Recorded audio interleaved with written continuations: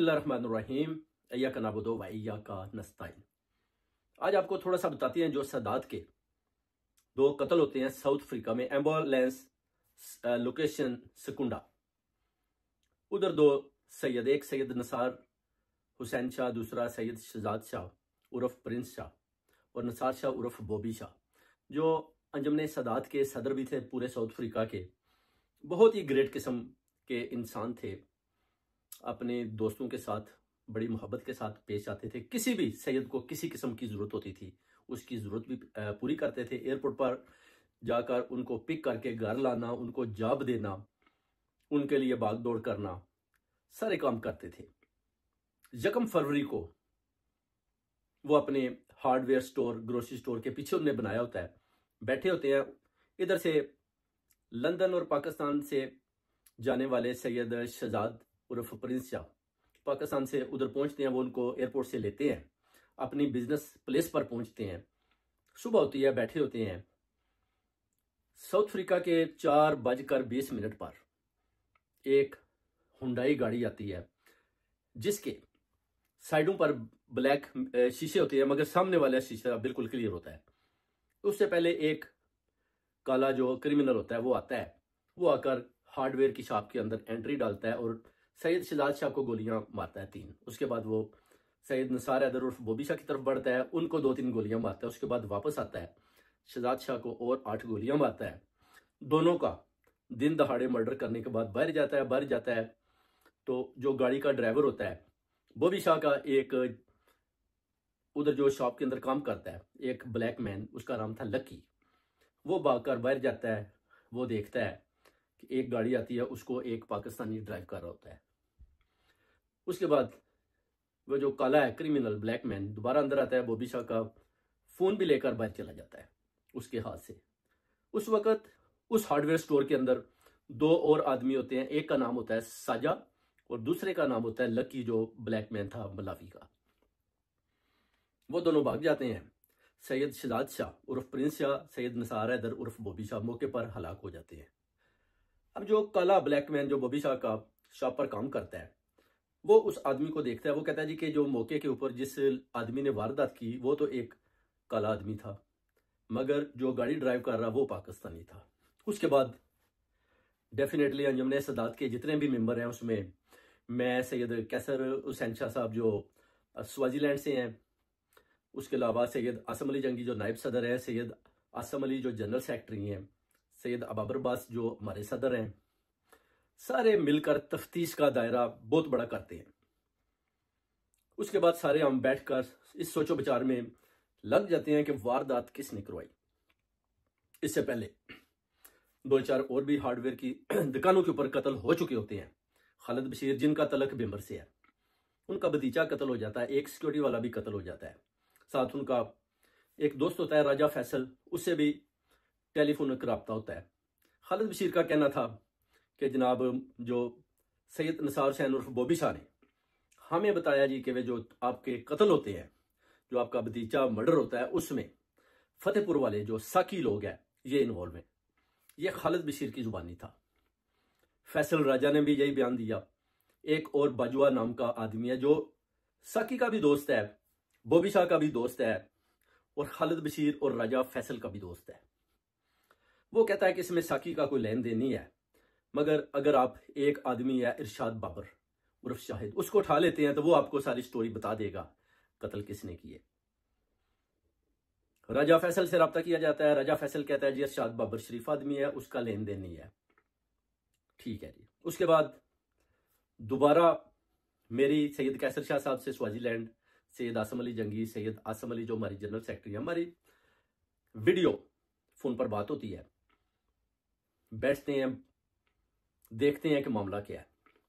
सैयद आसम अली जंगी जो हमारे नायब सदर ने बोला जी कि जो साजिद उर्फ साजा तोबा है उसके ऊपर जो है ना निशानदही करते हैं सैयद शहजाद अली के भाई सैयद काशिफ अली शाह जो पाकिस्तान में, वो कहते हैं हमारे कातिल जी है। ठीक है जी। पिक्चरें भेजी जाती हैं। बॉबी शाह का जो वर्कर है काला लकी, उसको 3-4 फोटोज दी जाती हैं कि इनमें से पहचाने कौन आदमी है जो उस गाड़ी को ड्राइव कर रहा था। तो वो बताता है कि ये वाला आदमी गाड़ी ड्राइव कर रहा था। उसके बाद एक आदमी है सैयद अली शाह हबीबा का गुड़ा, पाकिस्तान में एक जगह है, ब्रेड का वो काम करते हैं, उनके साथ टेलीफोन का रब्ता होता है। वो कहते हैं कि मुझे जो साजाद दोबा है उसका जो नेफ्यू है सईद उर्फ सैदू, उसकी कॉल आई। वो बॉबी शाह के मर्डर के बारे में पूछ रहे थे। मैंने उसका नंबर लिया, उससे रब्ता किया, उससे उसका जो मामू है साजाद दोबा उसके साथ रब्ता किया। फ़ोन पर आ जाते हैं, बातचीत होती है। मैंने उसको बताया जी कि ये मर्डर आपके ऊपर डाले जा रहे हैं, आप इस अपनी सफाई में क्या कहना चाहते हैं। वो कहते हैं जी हमने तो कोई कत्ल नहीं किया, मगर उनकी जो बॉडी लैंग्वेज थी वो बड़ी खतरनाक थी उस वक्त। मैंने कहा जी आपकी बॉडी लैंग्वेज कुछ और कह रही है। वो कहते हैं शाह साहब हमने कोई कत्ल नहीं किया, हम माड़े लोग हैं, गरीब लोग हैं, हमारे ऊपर डाला जा रहा है। शब्बर शाह साहब जो हमारे सदर हैं पाकिस्तान, उनसे रब्ता किया जाता है। उनके साथ भी साजिद उर्फ साजा तोबा रब्ता करता है कि मेरा कोई कसूर नहीं है। उसके बाद उसकी फ़ोटो बॉबी शाह के जो वर्कर लकी को दिखाई जाती है। वो कहता है कि ये आदमी गाड़ी ड्राइव कर रहा था। उसको मैं बताता हूँ कि जनाब आपकी फ़ोटो लकी ने पहचानी है, आप इस पर क्या कहते हैं। या तो आप जाएं उधर जाकर अपनी सफाई दें अगर आपने इन दोनों का कत्ल नहीं करवाया। वो कहता है मुझे 4 दिन का टाइम दे दे। मैंने कहा जी ठीक है। उसके बाद साकी जो जिनका तलक फतेहपुर से, उनसे मैंने रब्ता किया। उनको मैंने बताया जी कि जो खालिद बशीर हैं वो कहते हैं कि मेरे नेफ्यू का और बॉबी शाह का कातिल साकी है। साकी ने बताया कि उनका जो नेफ्यू है वो सिक्योरिटी के मामलात में मारा गया, सिक्योरिटी वाला उसको उन्होंने निकाला था, तो सिक्योरिटी वालों ने उनको कत्ल किया। जिसका मैंने खालिद बशीर से भी पता किया जी कि ये मामला भी चल रहा था, राजे फैसल से भी किया। राजे फैसल भी बताया कि ऐसी कोई बात नहीं है, वो सिक्योरिटी वाला एक बूढ़ा आदमी था, खुद ही छोड़कर चला गया, हमने साकी से न्याय लेना है। साकी पाकिस्तान भाग जाता है बॉबी शाह के कत्ल के बाद। खालिद बशीर को मैं बताता हूँ जी कि ये कत्ल का इल्ज़ाम आपके ऊपर आ रहा है, उसमें आप क्या कहते हैं। वो भी इधर से चले जाता है, कोई माजिद मकियानिया, उसके बाद जाकर डेरा लगा लेता है। उसके बाद वो पाकिस्तान की तरफ चला जाता है। उधर जाकर वो साकी को कहता है जी कि जो हमारा मर्डर नेफ्यू है आप उसका न्याय दें। मैंने भी साकी से रब्ता किया, उसको बताया जी कि कत्ल जो है ना सारे लोग आपके ऊपर उंगलियां उठा रहे हैं कि आपने मर्डर करवाया। उसने बोला जी मैंने कोई कत्ल नहीं करवाया, ये मेरे खिलाफ प्रोपेगेंडा किया जा रहा है। मैंने तो हेल्प की है, बॉडीज़ के लिए भी मैंने कोई 33,000 रेंट जो साउथ अफ्रीका का बनता है वो भी दिया है, मैंने बॉबी शाह को गुस्ल भी दिया है। ठीक हो गया जी। उसके बाद इनमें से कोई भी फातिहा के लिए उनके अहले खाना के पास मदीना सईदा भी नहीं जाता, मगर सैयद शदाद उर्फ प्रिंस शाह का भाई काशिफ शाह वो कहता है जी हमारे कत्ल दोबे हैं। दोबू से कल उनकी कॉल आती है साजा दोबा की। मैंने बोला जी कि कातिल आप हैं, सब कहते हैं कि आप लोगों ने कत्ल करवाया है, आपके ऊपर उंगलियां उठ रही हैं, 3 दिन हो गए हैं, आज चौथा दिन है।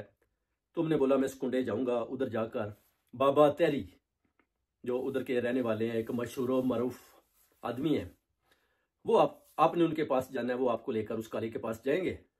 उसके बाद तफ्तीश का दायरा बढ़ा दिया गया। बाबा तारी का जब नाम बताया गया, तीसरे दिन गुजर गया, चौथे दिन मैंने साजिद उर्फ साजा तोबा से उधर अपना ट्रांस गई एक जगह है साउथ अफ्रीका में, उनसे रब्ता किया। उसको बोला जी कि आप उधर पहुंच गए हैं। उसने बोला जी मैं उधर नहीं जा रहा क्योंकि जनाब मेरी जान को खतरा है, सब लोग मेरे ऊपर उंगलियां उठा रहे हैं, तो मैं जनाब गरीब आदमी हूं, तो मेरे ही तरफ जो है ना सब लोग पानी जो है ना निकाल रहे हैं, यानी गरीब की तरफ पानी खोल रहे हैं।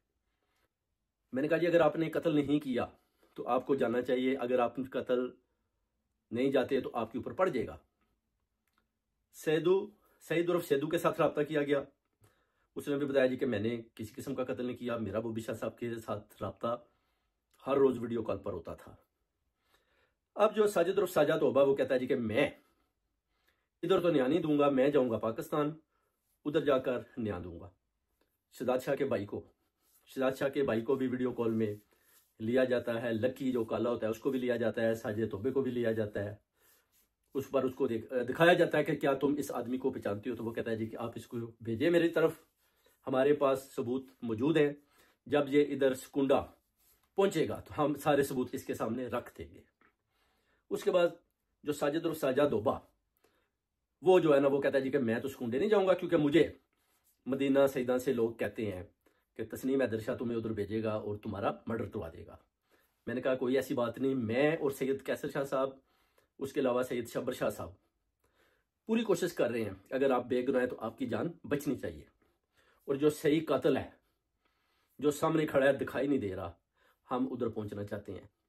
हमारी ट्रेन का स्टॉप आपके सामने इधर हम लगा के बैठे हुए हैं, आप हमें क्लियर करें, हम अपनी ट्रेन को लेकर आगे जाएं और जाकर देखें कि हमारे कत्ल कौन है। अगर आप हमारे कत्ल नहीं होते बॉबी शाह के और शहजाद शाह के, तो हम आपको बिल्कुल क्लीन चिट देंगे, आप जाएंगे।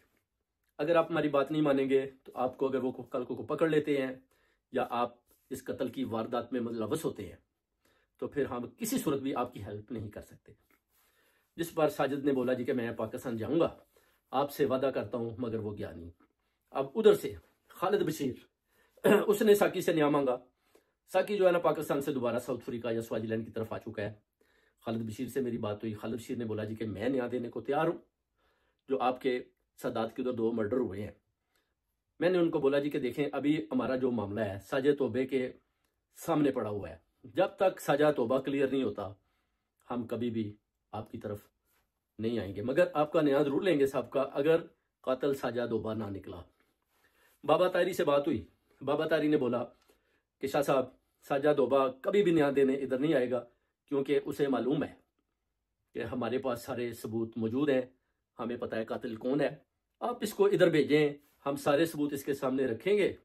अगर इसने कत्ल अपना नाम माना तो फिर आपको हम तला करेंगे, और अगर ये कातिल ना निकला तो मैं इसको खाना भी खिलाऊंगा, उसके बाद कोई इसे टच नहीं करेगा, वापस चला जाएगा। मैंने ये पैगाम साजे तोबे को दिया कि तुम बाबा तारी जो साउथ अफ्रीका में है उनके पास पहुंचो, वो एक मशहूर व मरूफ हस्ती है।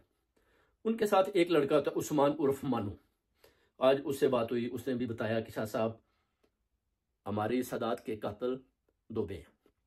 मैंने उससे पूछा जी कि आपके पास कोई प्रूफ है? वो कहते हैं प्रूफ नहीं है, जब ये काबू आएंगे शाह साहब तशद्दुद के जरिए आपको इनको मनवा कर देंगे। जो सबूत हैं वो बाबा तारी के पास हैं, जो सबूत हैं वो चौधरी अख्तर के पास हैं, जो सबूत हैं वो पुलिस के पास हैं। अब पुलिस की CDR रिपोर्ट का भी इंतजार किया जा रहा है, क्योंकि जब बॉबी शाह और शहजाद शाह का 4:20 पर कत्ल होता है, उसके ऑलमोस्ट 3 घंटे बाद बॉबी शाह का फ़ोन ऑफ हो जाता है, मगर 2 घंटे बाद फ़ोन कॉल आती है साजा तोबा को। वो मदीने का एक सैयद है, उसका फ़ोन उठाता है, वो उसे पूछता है कि पता चला है कि 2 सादात मदीना सैयदा के उधर मर्डर हो चुके हैं। तो वो कहता है मैंने भी सुना है। अब देखना है कि उसकी जो लोकेशन है, क्या वाकई ही बॉबी शाह की जो जगह जिधर वो उनका मर्डर होता है उधर आती है, या इसकी लोकेशन ट्रांस गेम में आती है। अगर तो साजा तोबा की लोकेशन सिकुंडा में आती है, और बॉबी शाह का फ़ोन और साजा तोबा का फ़ोन और उस काले का फ़ोन जिसने इन दोनों का कत्ल किया बड़ी बेदर्दी के साथ एक गाड़ी में आता है, तो फिर सबको पता चल जाएगा कि असल कातिल साजा तोबा है। अगर उनका फ़ोन CDR रिपोर्ट जो पुलिस देती है उनके साथ मैच नहीं होता, तो फिर कहानी क्लियर है कि बॉबी शाह और शहजाद शाह के कातिल और हैं, और वो हमें पता है कौन है। सिर्फ और सिर्फ हम फंसे हुए हैं साजे तोबे और सैद उर्फ सैदू के सामने, क्योंकि जब तक इनको क्लियर नहीं किया जाता असल कातिल जो सामने खड़े हैं उस तक हमारा पहुंचना मुश्किल है, मगर नामुमकिन नहीं। जब तक तोबे क्लियर नहीं हो जाते साजा तोबा और सैदू, उतनी देर तक हमें अपनी जो तफ्तीश का दायरा है और बड़ा करना है, और उसके बाद जब ये क्लियर होंगे फिर दूसरे जो लोग हैं जिनके ऊपर इल्ज़ामात लगे हैं उनसे न्याय का सिलसिला शुरू करेंगे और देखेंगे कि कातिल कौन है। कातिल जो है वो छुप नहीं सकते, हमें पता है कातिल कौन है।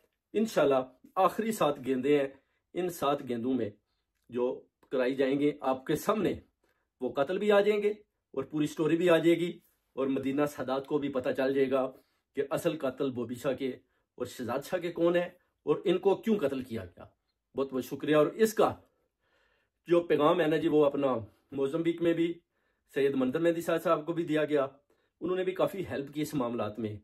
वो कहते हैं कि इंशाल्लाह कातिलों को मिलकर ढूंढेंगे और इनको इनके मंतकी अंजाम तक भी पहुंचाएंगे। और यही वादा बाबा तारी और बॉबी शाह के चाहने वालों ने साउथ अफ्रीका से भी किया, और अभी तक इंशाल्लाह हम सब